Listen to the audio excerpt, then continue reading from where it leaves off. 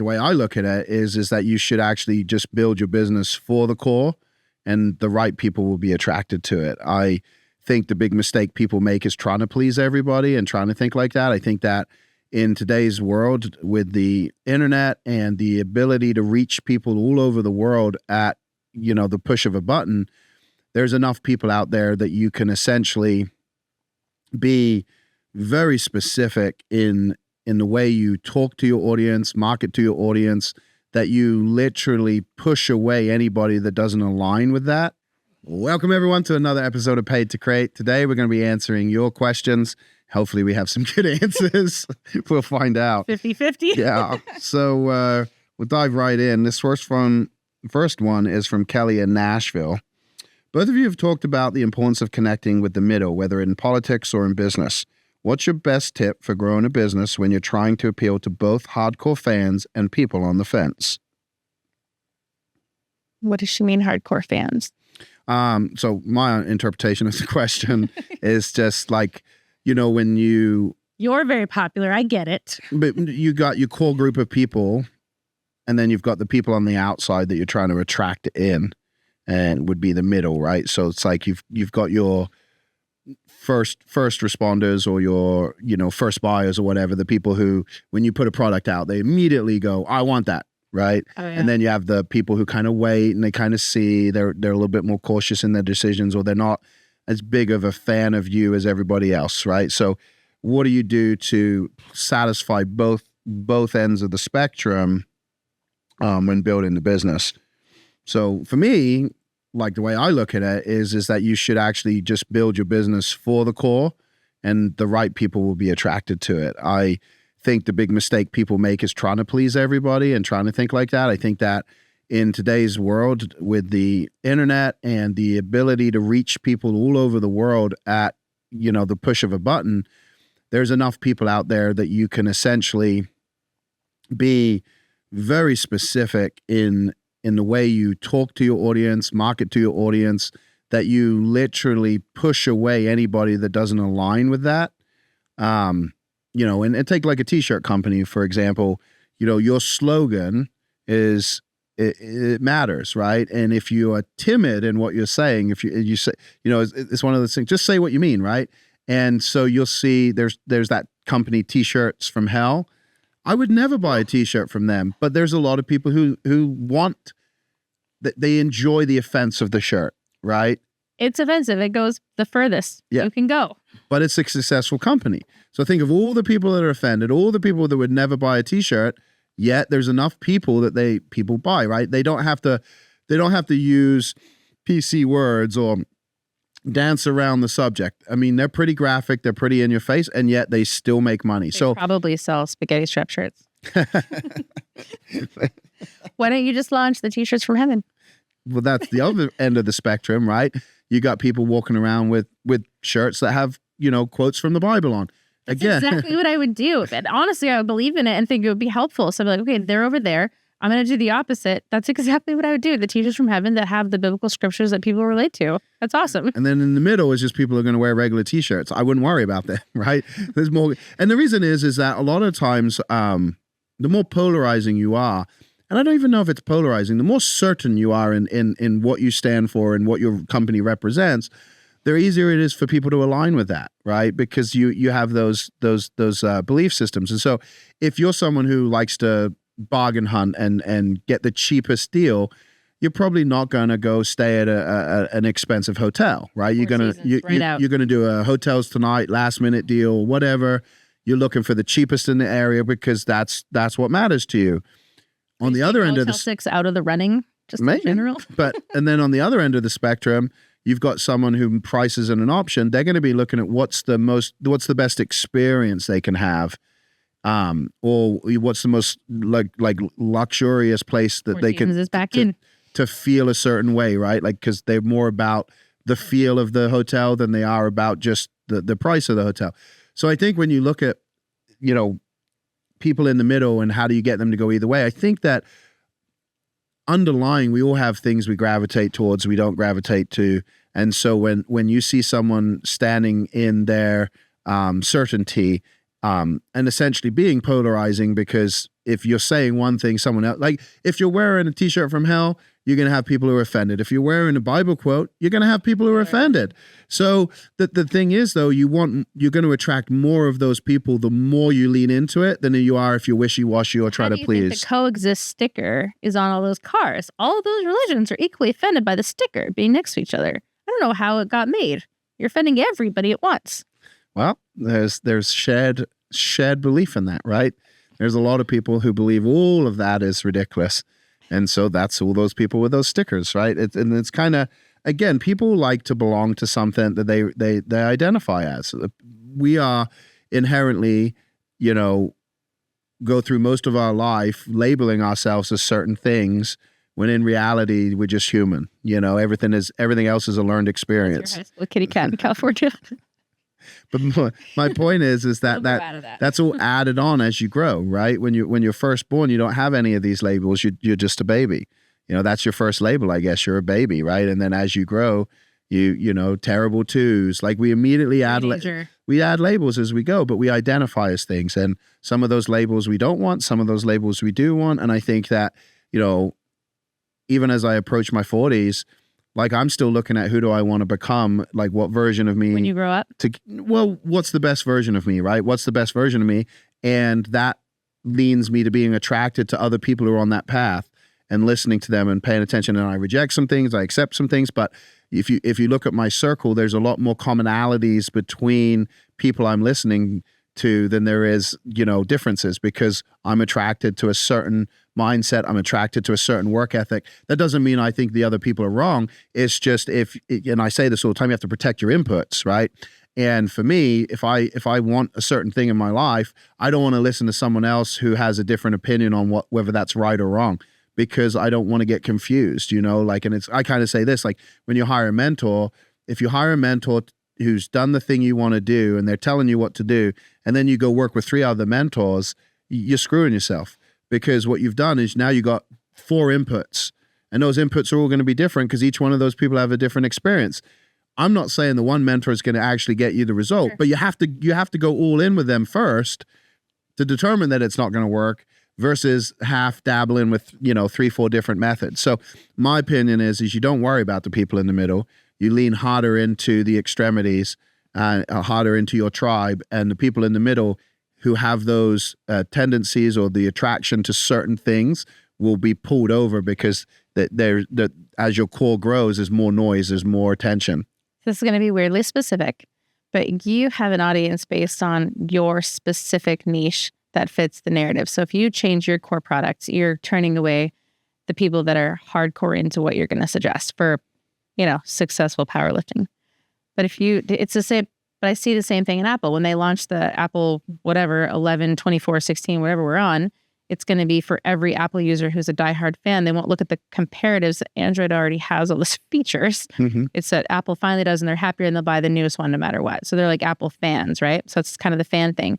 But then you take my perspective as software and you go, okay, we're great for, dressage or any other best fitness if they're using the calendar system and the surveys or whatever. But then you want to get into a new line of industry for the software because it's such a basic. You can use the iPhone for any software you want, whether you're teaching kids swimming at home or whether you're selling kittens. Like you can use the Apple iPhone, right? So software, if the question comes from getting into a different market and changing your branding message, I don't know that the branding core differs if you're staying the course.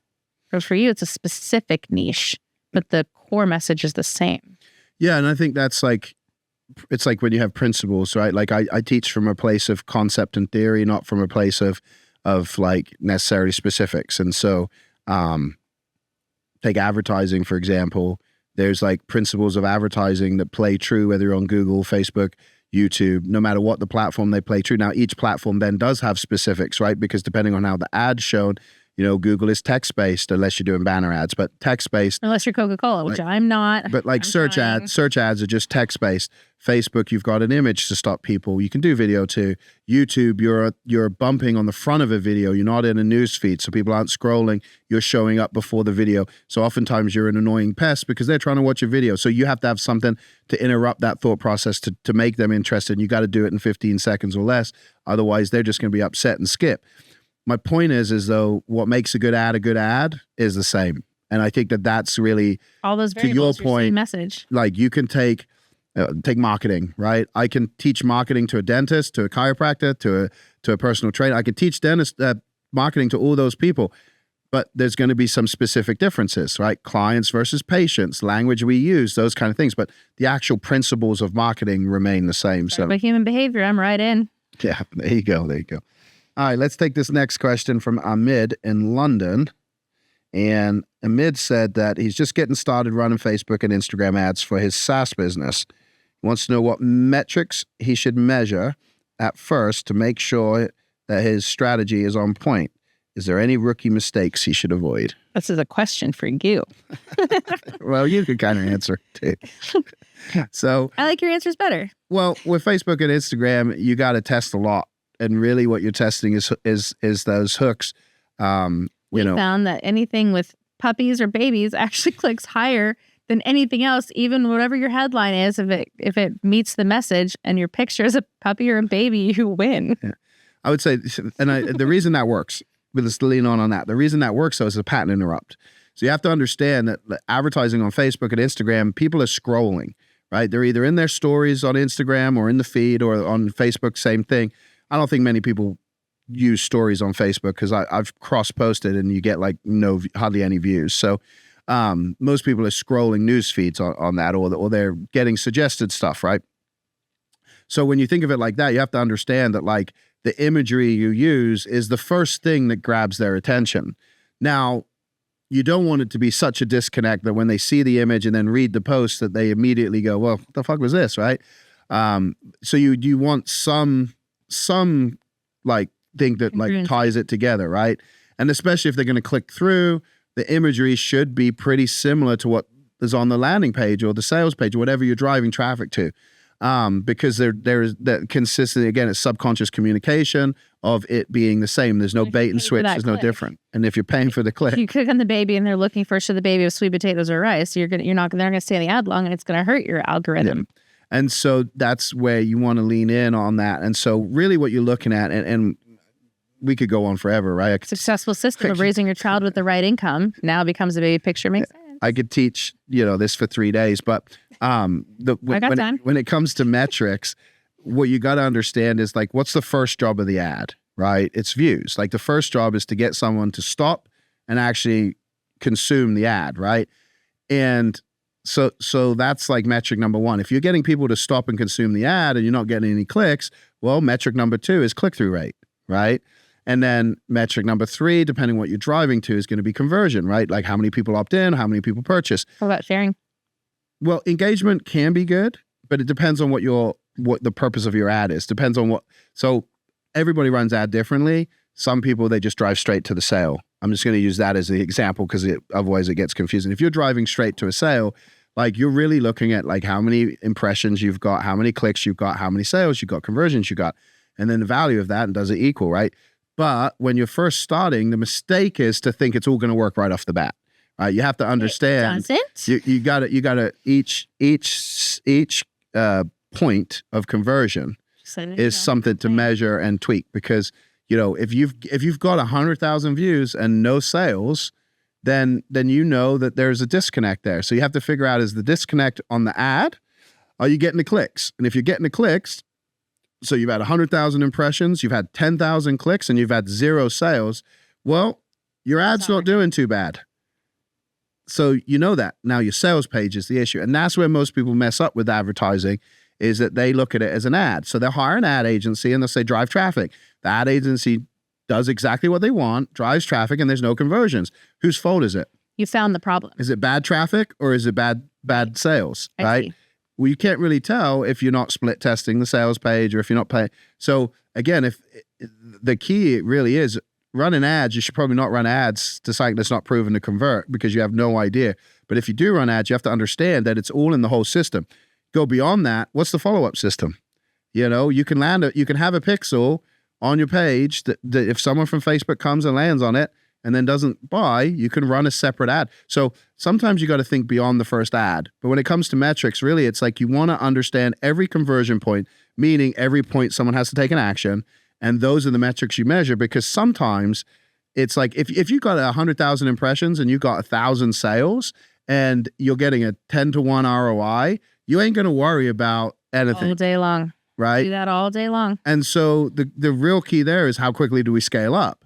Because the numbers make sense. We don't need to do 1,000 split tests here, because we could just hurt us and let's just fucking run with it, right?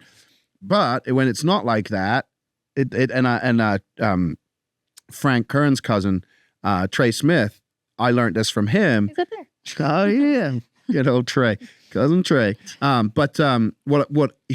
I was learning stuff from him around YouTube ads back in the day, they had a Screw Google product. It was all about YouTube ads. I don't even know if YouTube does ads anymore, but essentially it was cheaper search traffic. But one of the things that he really harped on was that you have to understand all of the conversion points in a funnel, because your numbers on the front, it might look like you're losing money, but if you just raise the price of your product, you'd break even. Or if you just had an upsell or a couple of upsells, if you just improve the upsell take rate. So like oftentimes you can think it's a failure, but it's not. And you only know that by knowing at each point the conversions for everything that someone has to take an action. We've realized that with software, especially the things that are the done for you that we advertise are awesome. We have figured out that when someone's using a competitive product and they see our ad 7-ish times, that's when they click and it becomes a potential sale, because they've thought about us a couple times. They're already using something that works. Now they've decided to explore. But it takes, when you're going for someone that's in the competitor product, it takes a lot more clicks. And that's a great point, because a lot of people, when they run ads for products, they don't understand the importance of familiarity, of stuff like that. So the truth is if you're running an ad for a product, you also should be running ads with testimonials, or if you can, depending on the industry you're in, or running ad with positive feedback, or running ads showcasing what it is. Like that's the biggest mistake people make, is that they see an ad as like, oh, I just do this one ad. They have to see it as part of a system. And you can, depending on where a user is in their buying journey, meaning, are they someone who has an urgent problem and needs an urgent solution, or are they further down on the path? And, depending on what type of product you are, really determines where they are on their path. And so your advertising should reflect that. If someone doesn't know who you are and doesn't have a problem, trying to sell them off the gate is probably not going to work. And that's where your ads might move to lead gen, or just video views to get people interested in you. And then if they watch a certain amount of the video, you retarget them. So it's a very complex thing. But the real way to win is just knowing the numbers, so that you can look at it and go, oh, okay, if this funnel metrics changed here and here, would be okay. What do we need to do? And a lot of times you can just add upsells to the products in order to get more money, so you can get, recoup your investment quicker. Because if your product is, a couple $100, you got to have a really high conversion. But if your products, can be worth a couple of $1,000, now you got more wiggle room with your ads, and that's kind of the big thing that people don't realize, is that, you got to know how much are you willing to spend to buy a customer? What's your lifetime value, and how much of that are you willing to spend? How much cash flow do you have to float before you get that back, before you're profitable? These are all things that have to be taken into account. So, all right, next question is from Naomi up in San Francisco. I've noticed a lot of influencers seem to use hype over substance in their marketing. What's your take on balancing hype with real life tangible value, especially when launching a new product or service?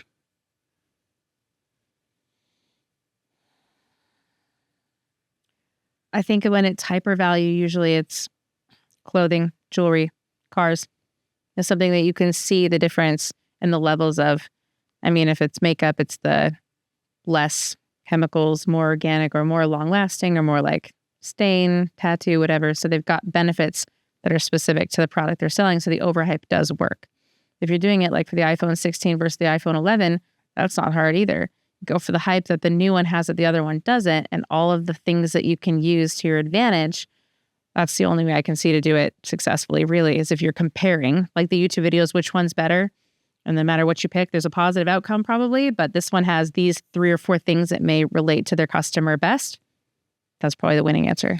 Yeah. It's a tough question to answer, because I think it comes down really to what you're selling, and who your audience is, the age of your audience, right? The younger an audience, the more they respond to kind of some of this hype stuff, right? The older the audience, the more that has to be more subtle and not so in your face, right? So there's that. And then when you look at it, and I'm looking at launches, launches that have never had customers before. It's a new thing, right? They have to rely more on hype. But once you have results, you can rely a lot more on results-based marketing. And I'll share a story of one of the companies that was on Kartra. They did a launch. My favorite story. They did like $50 million on this launch. It was insane. So I was like, I got to watch the webinar. I got to understand how they did this. How do they position this so well? So I watched the webinar, and Jason Fladian had done the webinar. He's one of the world's best at webinars. But literally the webinar was, hey, we beta launched this. We're going to just show you the results. And the entire webinar was them inside the dashboard showing client results. And then they just explained what it was and put it on sale. There was zero hype.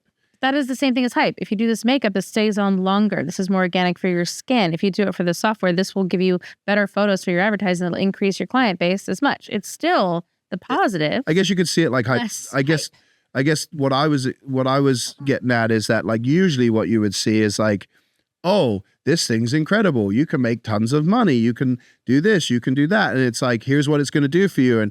And like, you don't have to do anything. It's push of a button and But there's the magic bullet, lose 30 pounds. So it hits all the talking points, but the actual like evidence that it's going to work is not there, right? And so they hype it. The less evidence you have, I feel like the more hype naturally has to happen in order to sell, right? But then when you have case studies, testimonials, proof that it works, like your results can do the selling for you, because that's proof. That's like proof. You don't have to say anything. And I think even like a weight loss product, what's more effective? Like saying you're going to lose a bunch of weight because it's got these ingredients, they're going to do this, or just showing 60 people that have lost weight. Like, meet Jill, she lost 30 pounds. Meet John, he lost 20 pounds. Yeah. Like, just go through that. People are going to be like, I want those results. So that's how I think of it. I see. So the hype without the proof, the hype of just do that, the magic bullet of just do this and you'll get all the stuff, versus someone saying, hey, this thing worked for me based on these things. Yeah. So hype versus testimonials and reviews. Yeah. And again, it just depends on where the product is and the type of audience, right? Some things sell themselves. Kartra will not let you lose weight. That's true. But there is people on Kartra who can help you. For sure. This one's from Chloe in Miami. I really like South Florida. We were down. Yeah, I love it there. I'm going to get you to move there with me. You move your family, I'll move my family. Right. Mine's bigger. Sarah, you mentioned the importance of being decisive and strong in your messaging. How do you recommend finding the confidence when I still feel like I have to figure out my niche and my messaging? Oh, crap.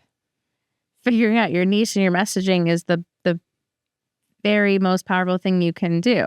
And whatever you're selling, there is, honestly, to me, if you're looking at your competitors or you're looking at what it does for the person, regardless of what it is, whether it's the weight loss pill or the how to raise your pony into being a dressage pony, you know where to look. And so if you find that niche, then you can target that audience very clearly on the benefit of following this system, like you do with working out. If I said, okay, Age, I'm going to be a powerlifter, you'd be like, okay, sure you are. There's no way I'm going to follow all the things you say with the protein and the dumbbells and all the stuff that you do all the time that you work so hard to get these results. You know, I'm not that way. I see the gym enough that I can say I go to the gym and it's shown nice enough results. I'm not going to powerlift. So you're not talking to me. Your ads are not going to hit me about what protein and what stuff to do to get powerlifting status. So if you know your product, if you don't know your product, you need to figure that out first. Yeah. And what niche is that going to be to get the reward for the client buying it? Yeah. And I'll just add to that. I think that a lot of the times, if you're still trying to figure that out, what you actually need to do is look at your own journey. I'm a big follower of the hero's journey. I believe we live many hero's journeys, and we have one big hero's journey that's made up of lots of little hero's journeys. And the biggest thing you can do as a leader is share the experiences you've had with people who are on the same journey but behind you, right? And that doesn't matter what gender you are, doesn't matter what age you are, doesn't matter what culture you're from. if they're having a shared experience that you've already gone through, you have value to add to them, right? And again, it could be building a business, it could be losing weight, it could be keeping a marriage, it could be finding a partner. Every individual has a unique experience in their life, and there is something there that is valuable. There is something there that someone else is charging a lot of money for. So if you want to be confident in what you do, confidence comes from a place of experience.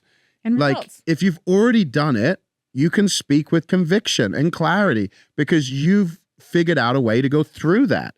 If you've yet to do it and you're teaching up, so to speak, right? Like, let's say you've built a business that's doing 100,000 a year, okay? And you decide that you're going to teach businesses how to grow to 100 million.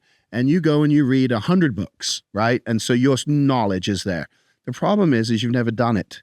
Just because you have the Might be knowledge. harder than you think. And so, yes, you could be a professor at a university and teach these things and people don't seem to question you.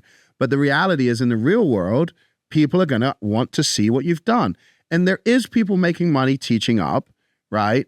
But you don't hear about them, right? They're doing it under the radar and they're getting a few suckers to buy from them. But the people who really do well, and doesn't matter what industry, doesn't matter what product they're selling, like they're teaching from a place of actually achievement and accomplishment. And so when they say something, it's them sharing their own experience that they think will work for you too. And so that confidence that they have isn't something they've had to gain, isn't something they've had to go create, isn't something they've had to, they just have it because they've put in the reps, they put in the work, they've got the scars to show. And so when you question them, there's no crack in their armor because they're like, yeah, this is what I did. This is what worked. Whereas if someone asks you a question and you're like, well, I don't really know, like here's some things you can try. Well, they sense that lack of confidence in you because you have no confidence because you have no clue. You've never done it. So that's what I reckon. Like you're selling something, you're selling a solution to a problem, even if it's a reward based, even if you're selling the solution to getting more clients and more finances for your family is going to be, you're solving a problem. So if they can show that they've solved the problem, that is where the confidence comes from. Yep. I agree. Let's see what another question. We got a lot. I'm just going to do one more.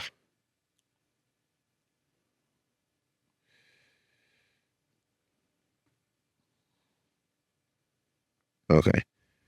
Well, this is good. It follows them from Kevin in Denver. AJ, you talk a lot about how certainty is a powerful marketing tool. How can I apply this concept to my SaaS business where my features are constantly evolving and it's hard to be certain about anything? Ooh, that was to you. Know you're going to share something. But so that's a great question. And I think the issue there is you mentioned how your features are changing, right? I think that the way you succeed as business is you operate from a place of vision, right? And that vision and mission that you have is your guiding compass. The products that you sell help people achieve what your guiding compass is. So for example, for us with Kartra came about because we were tired of having tech stacks and we were tired of tech stacks breaking when we were sending a lot of traffic, launches, things like that. We're spending a lot of money to get custom code. We're spending a lot of money to build things that nobody else has because we want to have upsells and downsells and then cross-sells, and we want to have limited access to a product for trials that then they can click a button and get full access. And so all these things that weren't in existence. Now they are, but back then there wasn't Zapier. You couldn't just plug into something. And so we came to the conclusion that how are we supposed to teach our customers how to succeed when they can't do, like when we're saying you need an upsell, but there's no product that allowed them to have an upsell easily, right? It was like, well, here's how you do one. And it's really freaking difficult. And you got to get custom coding and you got to have webhooks and all this stuff I didn't know anything about back then. So the concept was, well, let's simplify business online. Like that was the concept, right? And I think that when you look at Webinar Jam, how that came about, it was, well, there isn't a platform built specifically for what we're trying to do. And the one that exists that we're kind of using but isn't designed for it is very expensive. So how are we supposed to teach our clients to do webinars when it's going to cost them $1,000 a month to just have an account? when they've never made any money online before. We're trying to get them started here, right? So Webinar Jam came around as a cheaper alternative specific to what they wanted. But again, simplifying business online. And so when you have a guiding compass, it doesn't really matter what features you have. Like, the benefits are what matter, and the benefits are what it does for the client. And so as long as the features continue to push towards that mission, then there's no lack of confidence, because you, like, if you come out and you say like, I want to build, I heard someone say it the other day, they built a QuickBooks for advertising. So basically, the idea with QuickBooks is it simplifies your taxes. You go to one place, you do it all, everything's there. Their platform, the idea is you can come to their platform and you can run your ads everywhere. Just simplifies running ads, right? So that was the concept. Simplify advertising. So what features this has? I don't care. I understand what the platform does just from that. They could add 100 features. Does it simplify advertising? Yes or no? If the answer is yes, we're on the right path. If the answer is no, then it's not a good feature. I believe that's how you end up having, I guess, confidence in your marketing around something, is when you know what the mission is for that product or for that company. Especially software, it's easy to have the mission down. Yeah. But if you're improving, you know that you're finding the better solution within your own software to make the solution of their problem easier to get to or cheaper to get to. If you're improving, it's not to make your product more expensive. It's not to make your product harder to use. Yeah. It's to make it easier. And if you're curious about, like, looking at further what I'm saying, I'm a big fan of the Virgin brand, right? But you can look at Disney, you can look at any of these major brands. Everything they do has to follow a certain thing, right? There is a pulse or a personality to the business that, like, has to align. I just got back from Vegas, and I got up. When I lived there, I used to walk the Strip. And the group I was with do a walking group every morning. But the guys, they were at the other end of the Strip, their hotel. So the first day I was there, I just walked on my own, like, because I was like, it's pretty far. Yeah, I was like, I'm just gonna walk because I was in the middle of the Strip. So I went up and I went through Excalibur, a giant castle. And as I'm walking in to go through there to the Luxor, like to go across to the Luxor to the Mandalay Bay, I literally thought to myself, man, this hotel needs to be bought by Disney, and they should do something, because it is outdated. This is already a castle, like Disney. And then it hit me. I was like, Disney probably would never come to Vegas, because even though they would do well there, there's a stigma that it's Sin City, and I'm not sure it fits the brand vision. If there's a couple of licensing deals there that have some Disney experiences, but as an actual Disney coming to Vegas, it would have to be seen as a family-friendly place. It would have to be seen as not as what Vegas typically comes across as. With Virgin, Richard Branson's cheekiness, and every Virgin product has that, like, side of it. It has that sassiness. It has that, like, screw the big guy, right? It has these elements that it doesn't matter what business the Virgin goes into, they take that philosophy with them. And I believe that that's where the confidence comes, that they can do so well, because, you're different, but you also stand for something. And when you stand for something, even if people don't agree with you, like, other people are attracted to that. And that's really what it comes down to. If someone says to you, what's your software the best at? And you're like, it does the same as all these other ones. Why would I buy your software? But if someone said, what's your software the best at? And you literally said marketing automations for online marketers, boom, that's something, right? And so go back to the category of one conversation, like the red ocean versus blue ocean. You always want to create your uniqueness, but at the same time, like, sometimes you can be unique by just, like, being specific to what that mission is. Your mission can be what makes the product unique. In software, it's not that hard to do, and you narrow it down that way. Yeah, exactly. We got some experience with that. A little bit. All right, everyone. That's it for this episode of Paid to Create. Enjoyed answering your questions. If you have more, go ahead, leave those on.